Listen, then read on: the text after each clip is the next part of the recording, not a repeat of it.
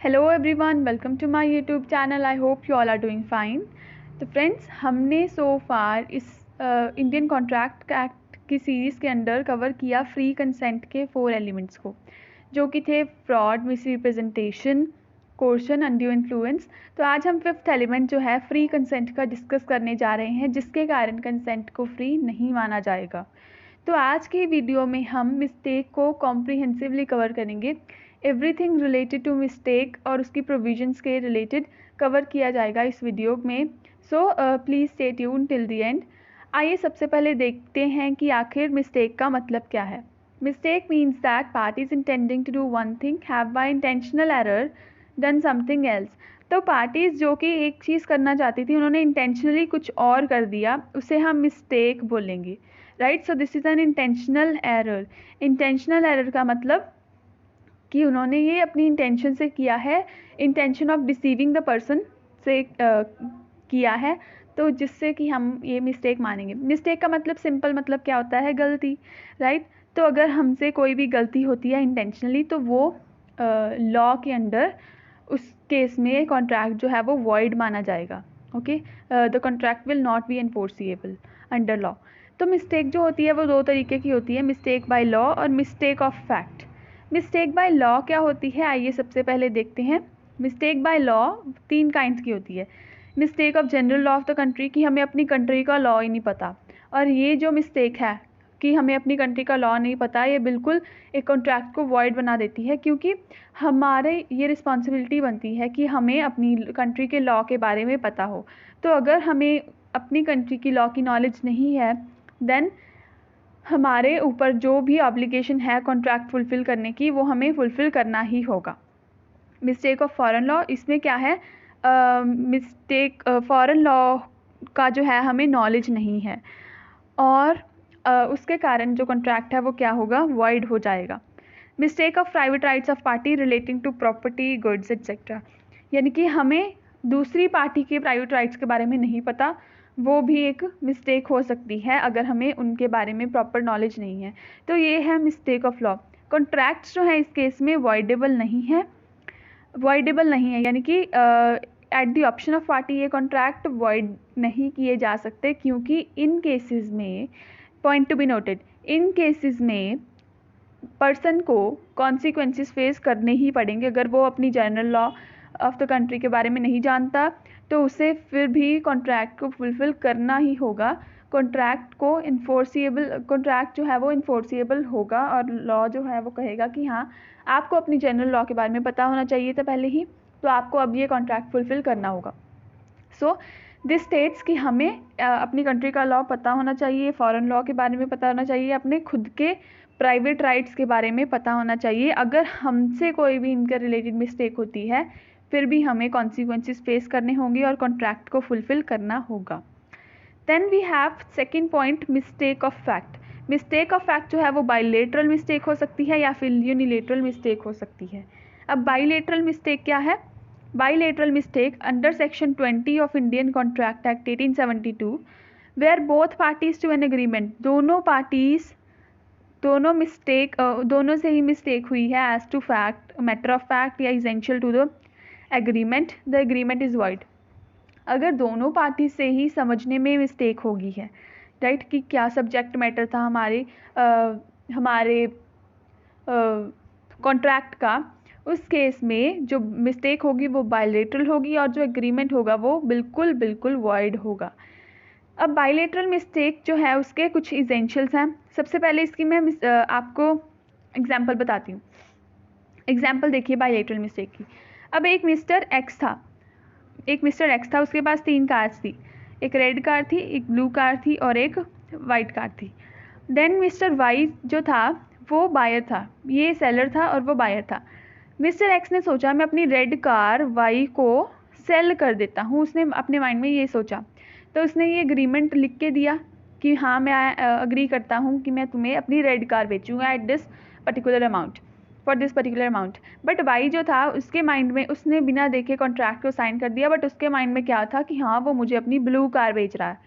तो इस केस में क्या है, दोनों पार्टीज़ की जो इंटेंशन थी वो अलग अलग थी। एक्स जो था वो रेड कार बेचना चाहता था, वाई जो था वो ब्लू कार खरीदने के चक्कर में एग्रीमेंट साइन कर गया। तो इस केस में क्या हुआ कि दोनों पार्टीज़ ने मिस्टेक कर दी समझने में कि सब्जेक्ट मैटर क्या है कॉन्ट्रैक्ट का। तो इस केस में जो एग्रीमेंट होगा वो वॉइड होगा। दोनों पार्टीज़ एक दूसरे को इन्फोर्स नहीं कर सकती। ना एक्स वाई को कह सकता है कि हाँ तुम मुझे अमाउंट दो, ना वाई कह सकता है कि हाँ तुम मुझे कार की डिलीवरी दो। So this contract is void from the very initial point. 4 essentials होते हैं बायलेटरल मिस्टेक के, कि हाँ कौन से इसेंशियल्स के फुलफिल होने पर हमारी मिस्टेक जो है वो बायलेटरल कहलाएगी। There must be mistake as to formation of contract. At the time of formation of contract जो है मिस्टेक होनी चाहिए। The mistake must be of both parties, दोनों पार्टीज़ के द्वारा कुछ इंटेंशनली मिस्टेक होनी चाहिए। It must be mistake of fact not of law. ये एक फैक्ट की मिस्टेक होनी चाहिए, सब्जेक्ट मैटर के रिलेटेड मिस्टेक होनी चाहिए, लॉ की नहीं। It must be about a fact essential to the agreement. Bilateral mistake में क्या है? Mistake as to subject matter, mistake as to possibility of performing the contract. ये दो जो हैं वो कवर होते हैं। सबसे पहले है mistake as to subject matter. Mistake as to subject matter में क्या क्या आ सकता है? एग्जिस्टेंस ऑफ सब्जेक्ट मैटर, कि हाँ जिस कॉन्ट्रैक्ट सब्जेक्ट मैटर को कॉन्ट्रैक्ट में एंटर किया गया है, कॉन्ट्रैक्ट में लिखा गया है, क्या वो एग्जिस्ट करता है या नहीं। So the contract is void if without the knowledge of parties the subject matter does not exist at the date of contract. कि अगर पार्टीज़ को पता ही नहीं था कि वो सब्जेक्ट मैटर अब एग्जिस्ट नहीं करता जिसको हमने कॉन्ट्रैक्ट में लिखा है, तो उस केस में कॉन्ट्रैक्ट जो है वो वॉइड होगा। एग्जाम्पल देखिए, आपको इससे क्लियर होगा। एग्रीमेंट हुआ ए और बी के बीच में कि हाँ कोई सर्टेन हॉर्स जो है वो सेल किया जाएगा ए के द्वारा बी को, बट जब कॉन्ट्रैक्ट में एंटर किया गया तब तो हॉर्स जिंदा था और बाद में जो हॉर्स था वो डेड था। सो जो कॉन्ट्रैक्ट था वो वॉइड बन गया, क्योंकि अब सब्जेक्ट मैटर एग्जिस्ट ही नहीं करता। अब कॉन्ट्रैक्ट किसके साथ करे, किस सब्जेक्ट मैटर को लेके करे, right. Then mistake as to identity of the subject matter. ये सेम ए और एक्स और वाई वाली एग्जांपल है कि एक्स के पास 3 कार्स हैं, red car, blue car and white car. X ने सोचा कि मैं रेड कार बेचूंगा, वाई ने सोचा कि वो ब्लू कार खरीदेगा। इस चक्कर में क्या हुआ, दोनों से मिस्टेक हो गई और कॉन्ट्रैक्ट जो है वो वॉइड होगा। ना ही एक्स वाई को बोल सकता है कि तू मुझे पेमेंट दो, ना ही वाई एक्स को बोल सकता है कि तू मुझे कार की डिलीवरी दो, right. Then C point is mistake as to title of subject matter. अब टाइटल का मतलब है कि कौन ओनर है उस सब्जेक्ट मैटर का, उस चीज़ का जिसमें कि कॉन्ट्रैक्ट किया जा रहा है। We are unknown to the parties, the buyer is already the owner of that which the seller wants to sell, the contract is void. इसमें क्या है कि अगर बायर जो है जिसको कॉन्ट्रैक्ट में कहा गया है कि हाँ इसको हमने बेचना है कुछ, अगर वो ऑलरेडी उस चीज़ का सब्जेक्ट मैटर का ओनर है, तो उस केस में भी वो दोबारा नहीं सेलर को बोलेगा कि हाँ तुम मुझे और सब्जेक्ट मैटर ला के दो। सपोज एक्स और वाई की ही बात करते हैं। जो रेड और ब्लू कार थी एक्स के पास, राइट, रेड और ब्लू कार थी एक्स के पास। अब जो ब्लू कार थी वो एक्स ने सोचा कि मैं वाई को बेचूंगा। अब वाई जो था उसने भी यही सोचा कि हाँ मैं एक्स से ब्लू कार खरीदूंगा। तो इसमें कंसेंट होगी कि हाँ कौन सी कार खरीदी जाएगी, ब्लू कार। अब ब्लू कार जो थी पेपर्स में नाम लिखा था ऑलरेडी कि वाई ही उसका ओनर है, पता नहीं कैसे, बट वाई ही उसका ओनर मेंशन किया हुआ था पेपर्स में। तो वाई ये नहीं बोल सकता कि हाँ ब्लू कार का तो मैं ही ओनर था, अब मुझे एक और ब्लू कार ला के दो, ओनली देन जो आपका कॉन्ट्रैक्ट है वो फुलफिल होगा। नो, इस केस में ऐसा नहीं है।